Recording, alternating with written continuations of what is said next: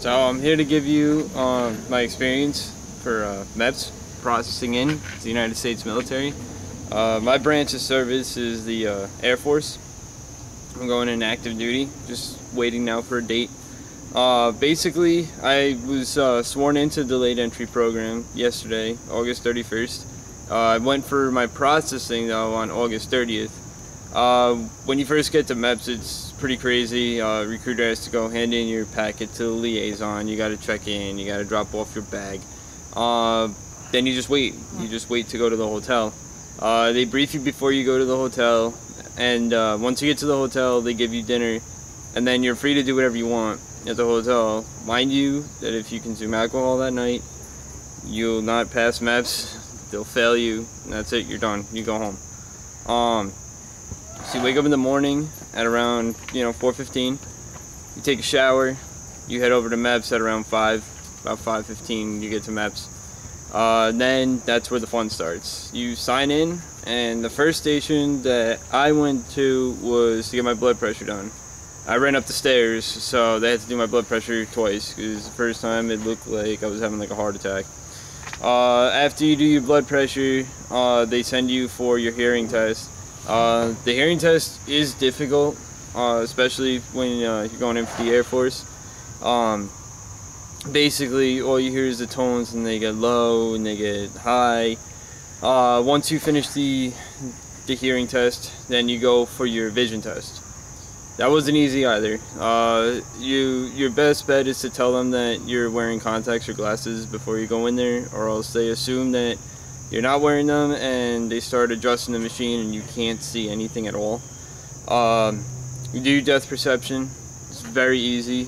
The reading of the little lines with all the letters, that if you have poor eyesight like I do, it's very, very hard to read those.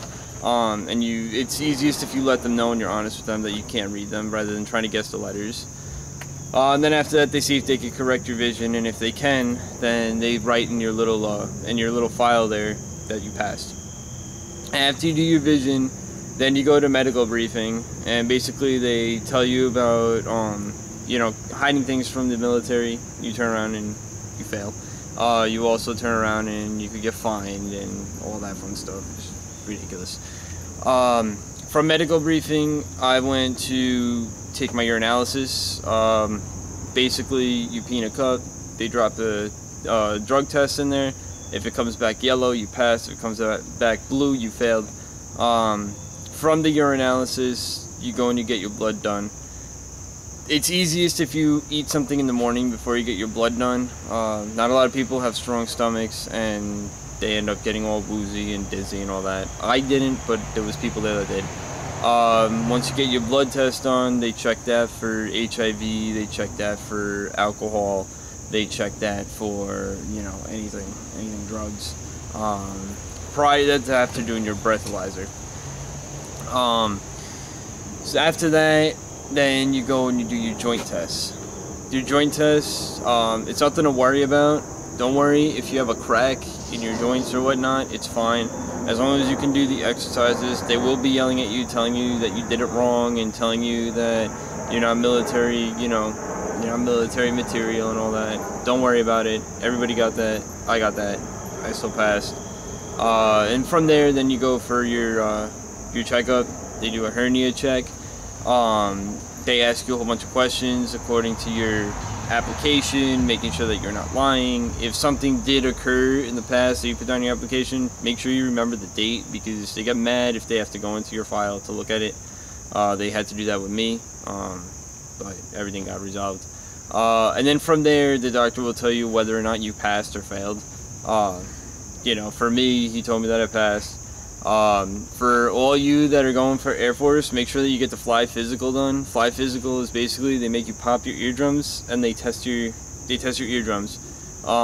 Make sure that they're not, swollen or bleeding or anything like that. And they make you read a paragraph to make sure that you're not slurring your words, and to make sure that you're not jumpy all over the place, and that you can actually read a paragraph. And then after that, after you told that you're passed and everything like that, you get lunch. Then they send you downstairs, and you go and you tell the liaison that you passed, And once you tell them that you passed, they send you upstairs for fingerprints. Basically, they turn around and they scan your fingerprints. That goes to the FBI database, and it comes back telling you whether you've been honest about, if you've had any arrests or anything on your record, or if if you've got no arrests on your record. After that, you go back downstairs. For Air Force and Army, they have you do, they make you lift weights. They start off at 40 pounds, and they start off at 60 pounds. Then they go up to 100 pounds, 110 pounds, 125 pounds. For Air Force guys, they will start you off at 25 pounds, and they make you go all the way up. It's not a pass or fail, it's just a measure to see if you could qualify for fire protection, for pararescue, for special forces. For me, I passed a weight test. I was able to go 125 pounds. They stopped it at that. I could have gone more. After that, basically, you choose your jobs. Be very adamant about what you want, because they will make you choose an open aptitude area, and if you choose that, you could wind up doing a job that you're not happy with, and you have to wait about 1.5 years before you can go and change that job. So just make sure you're very adamant about that. I wanted aerospace maintenance, and I got lucky enough where it was available. Now I just got to wait for it to actually drop. Then you get sworn in. When you get sworn in, make sure that you study up on how to do standing in attention, parade rest, and at ease, because there are people that that they're watching you do this as well as when you're being sworn in, and they get mad if you don't do it right. I've had family that's been in the military, so I've known how to do that for a while. And then you get your contract. Once you're sworn in, you go downstairs, you get your contract. Everybody's all happy. You get congratulated, and you bring it back to your liaison. They welcome you to the team, and then you just sit around and you wait for your recruiter. My recruiter got there, and he swore me.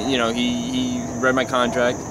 He took me back to his office. I filled out a couple more paperworks, and then after that, they told me, okay, you got commander's call actually tomorrow at 2 p.m.